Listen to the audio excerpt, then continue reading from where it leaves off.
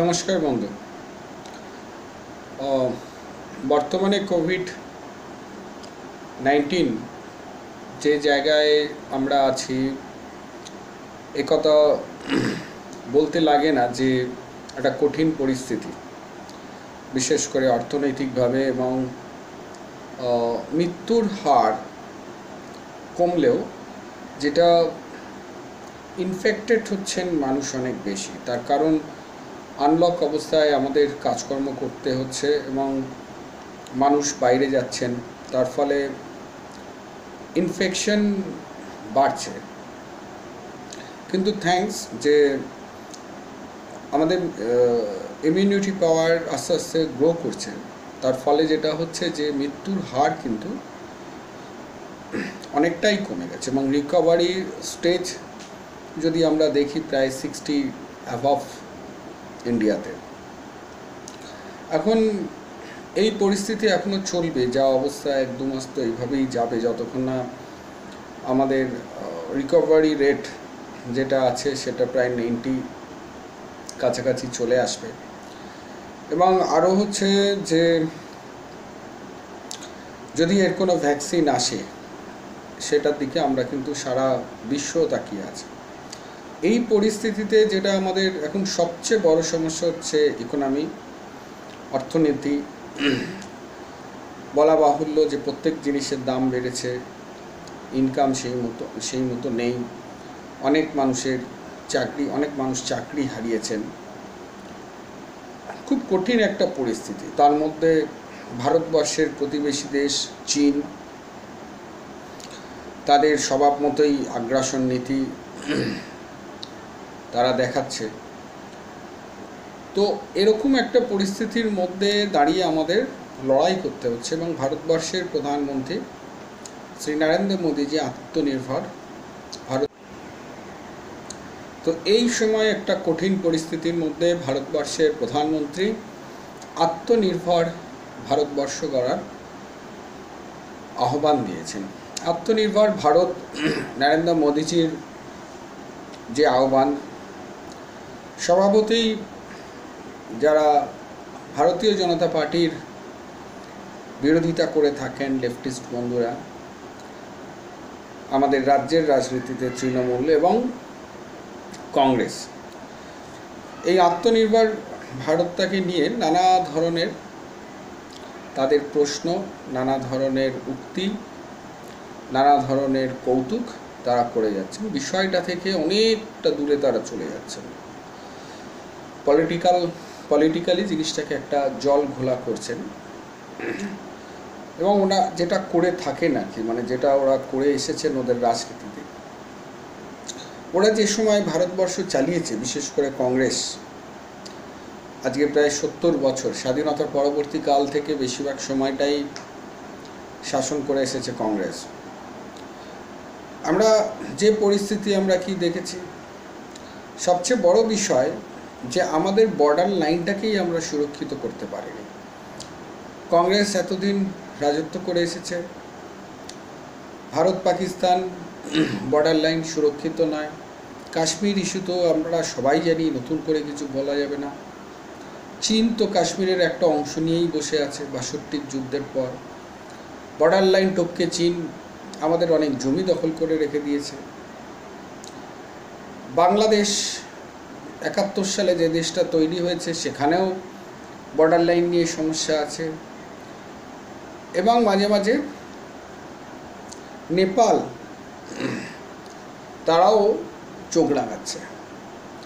এখন এই জায়গাগুলোর যেটা করে রেখেছে কংগ্রেস, তারা বরাবরই গান্ধী পরিবার ভারতবর্ষের প্রধানমন্ত্রী হবে এবং তার জন্য যা যা করা, যা নোংরা রাজনীতি করা, দেশের কথা একবারও চিন্তা করেননি এবং এইগুলো নিয়ে রাজনীতি করে গেছে।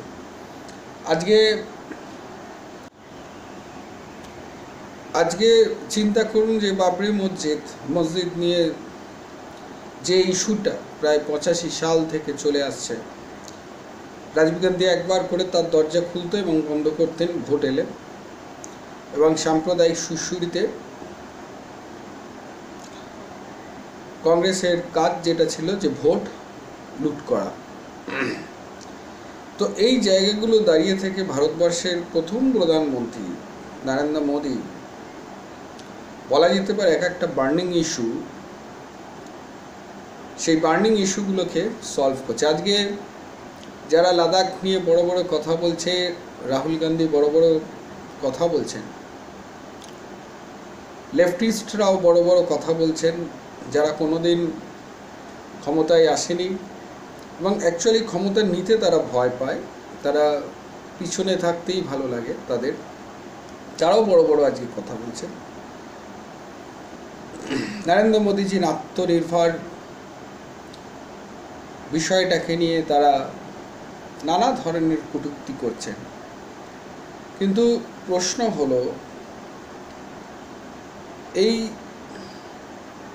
চীনের সাথে ৬২-র পর পরবর্তীকালে যে সমস্ত যুদ্ধ হয়েছে, যে সমস্ত সেন্সিটিভ জায়গা, বিশেষ করে বর্ডার লাইনের মধ্যে লাদাখ এইসব অঞ্চলগুলো, যেখানে সৈন্যবাহিনীদের পৌঁছতে সময় লেগে যায় একটা গোটা দিন বর্ডারেতে পৌঁছতে, এবং চীন তাদের স্ট্র্যাটেজি মুভমেন্ট এত সুন্দর করেছে যে সেখান থেকে তাদের বর্ডার লাইনে যাবার মতো রাস্তা তৈরি করেছে, পাকিস্তানের সাথে সংযোগ রক্ষা করছে। আমাদের কাশ্মীরের একটা অংশ যেটা পাকিস্তান অকুপাইড করে রেখেছে, সেখানে চীনের সাথে ইকোনমিক্যাল করিডোর করছে। সেখানে আজকে ২০ বছর একটা রাস্তা তৈরি করতে পারেনি, সেই রাস্তা তৈরি করলেন।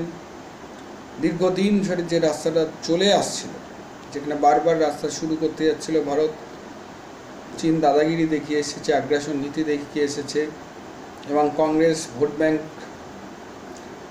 ভোট ব্যাংকের লোভে সেই সমস্ত রাস্তাগুলোকে বন্ধ করে রেখেছিল। সেই জায়গাগুলো আজকে কিন্তু নরেন্দ্র মোদীজি আজকে সেই জায়গায় আঘাত করেছে, তো মৌচাকেতে। তো সেই চীনকে প্রতিহত করছে কিন্তু ভারতবর্ষ বর্তমানে। আমরা তার পুঙ্খানুপুঙ্খানু তথ্য আমরা পাচ্ছি। এর আগে আমরা স্যাটেলাইট টেকনোলজি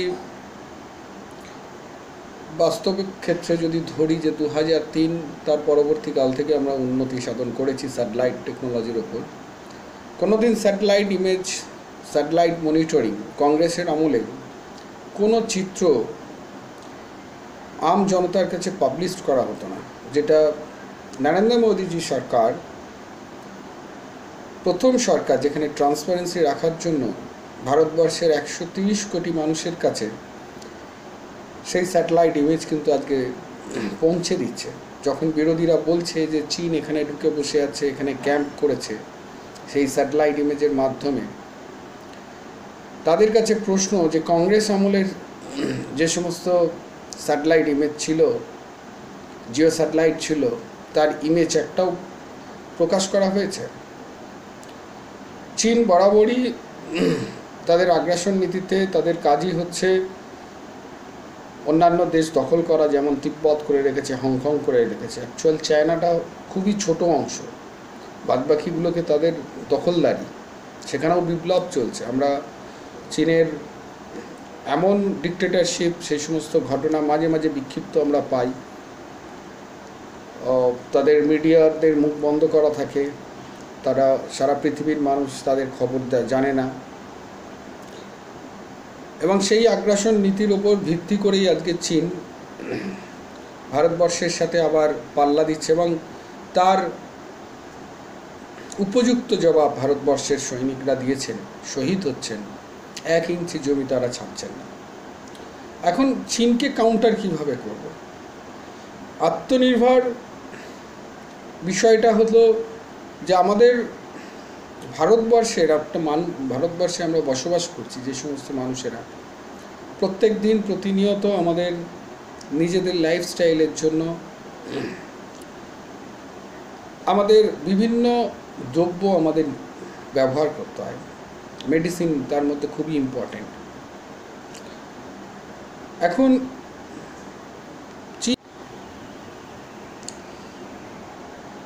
এখন চীন আমাদের এই সমস্ত দ্রব্য ভারতবর্ষে তারা রপ্তানি করছে।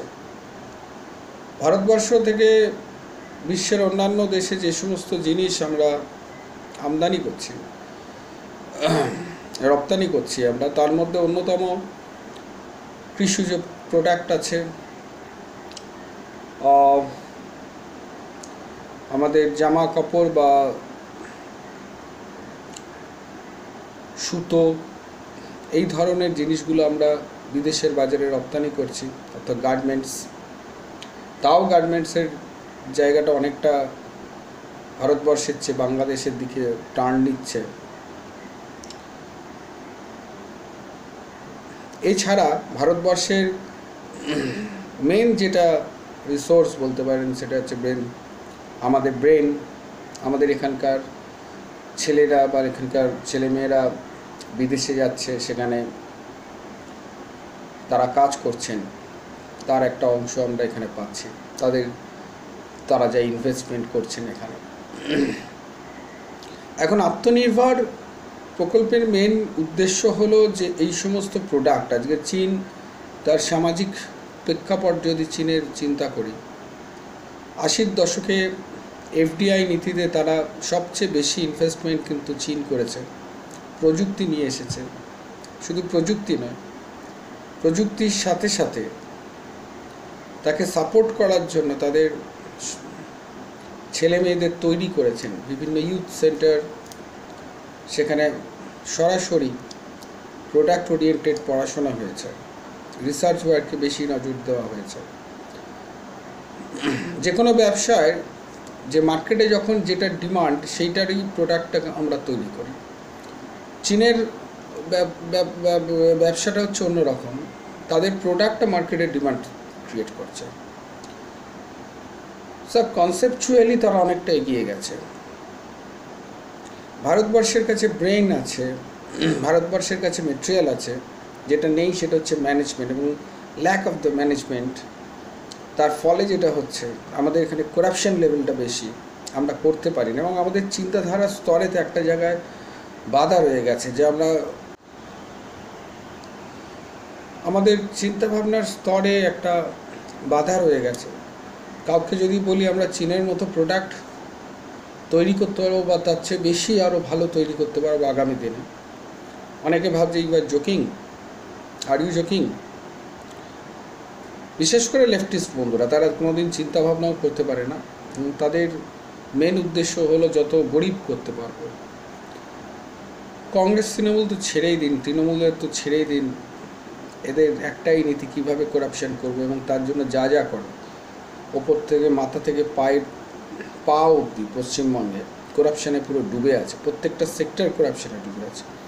কী করে পরিকাঠামো উন্নয়ন করা, পরিষেবাকে আরও ফাস্ট করা, কর্মসংস্কৃতিটাকে কীভাবে নিয়ে আসা, একটা সিস্টেমকে কী করে ডেভেলপ করা। কখনো সিস্টেম ছাড়া বড় কাজ করা যায় না। আমি বারবার বলেছিলাম, যখন কোভিডের সময় আমরা ত্রাণ দিয়েছি, ত্রাণ দেওয়া কোনো রাজনৈতিক দলের কাজ নয়। মানুষের কাছে খাদ্য সামগ্রী পৌঁছে দেবে থ্রু দ্য সিস্টেম, গভর্নমেন্টসের যে টুলস, অর্থাৎ রেশনিং সিস্টেম, সেখানে পঙ্গু। এখনও দেখুন রেশন অফিসগুলোতে ভিড় হচ্ছে, কর্পোরেশনেতে তাদের রেশন কার্ড এখনও ঠিকঠাক হয়নি।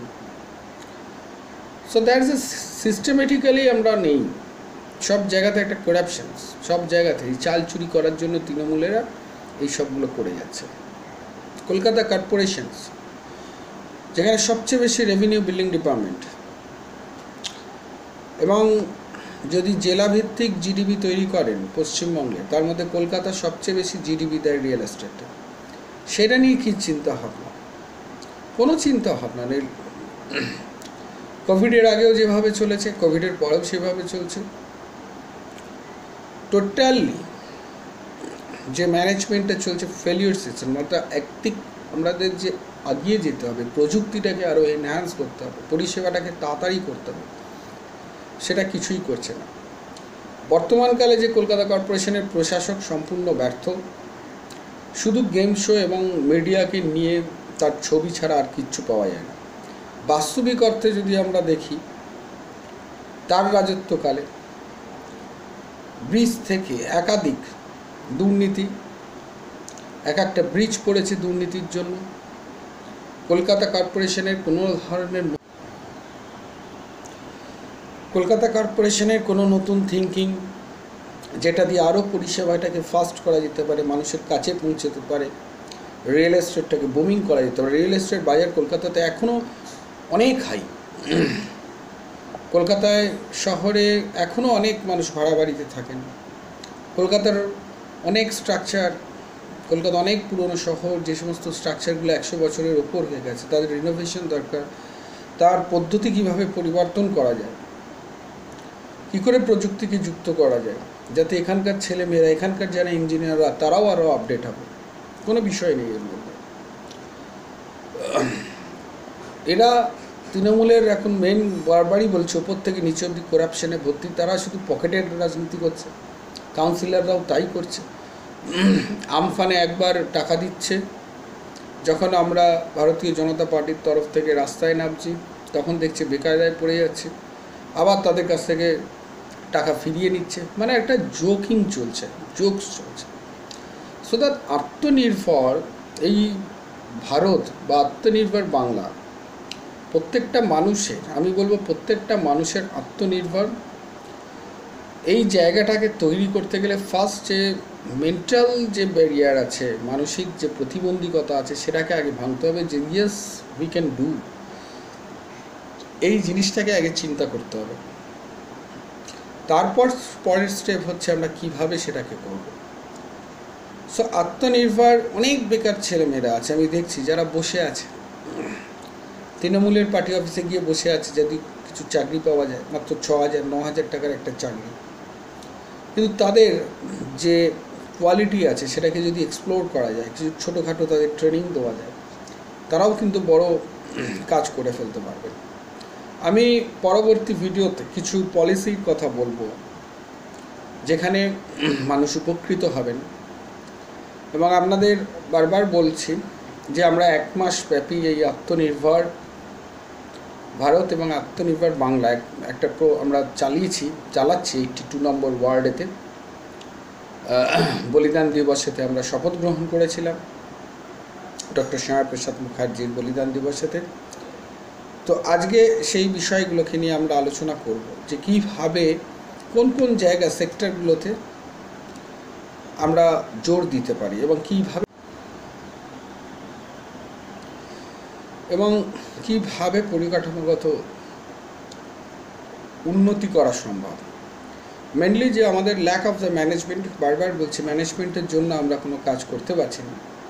সো স্ট্র্যাটেজি ম্যানেজমেন্ট, এখন যেটা সারা বিশ্বব্যাপী, এই ওয়ার্ডটা আপনারা শুনতে পাবেন, যে আমাদের স্ট্র্যাটেজিটাকে পরিবর্তন করতে হবে। কোভিডের আগে যেটা ছিল, কোভিডের পরবর্তীকালে সম্পূর্ণ একটা নতুন বিশ্ব খুলে গেছে, নতুন পরিবর্তন হতে হবে। সেই পরিবর্তনের দিক থেকে যদি আমরা পিছিয়ে যাই, সেই পরিবর্তন যদি আমরা না করতে পারি, আমরা যদি আগের চিন্তাভাবনা নিয়ে চলি, তো আমরা অনেক নিচে চলে যাব, আমাদের অর্থনীতি আরও নিচে চলে যাবে। সো দ্যাট আত্মনির্ভর, তার জন্য কী কী স্ট্র্যাটেজি নেওয়া উচিত। অনেক মানুষ অবসাদে ভুগছেন, অনেকে সুসাইডের পথ বেছে নিচ্ছেন, মানসিক চাপ নিতে পারছেন না। বাট সেই জায়গাটাকে একটা পাঁচিল তুলে দিতে হবে যে না পারবো না, এইটাকে একটা পাঁচিল তুলে দিতে হবে, উল্টে ভাবতে হবে ইয়েস উই ক্যান ডু, আমরা পারবো। সো দ্যাট আত্মনির্ভর, আমি এই এপিসোডটা চলছে আত্মনির্ভর ভারত, আত্মনির্ভর বাংলা।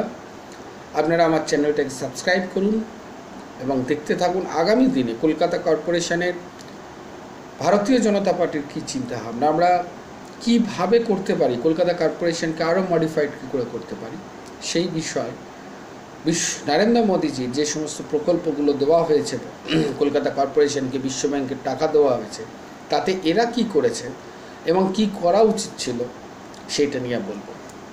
নমস্কার।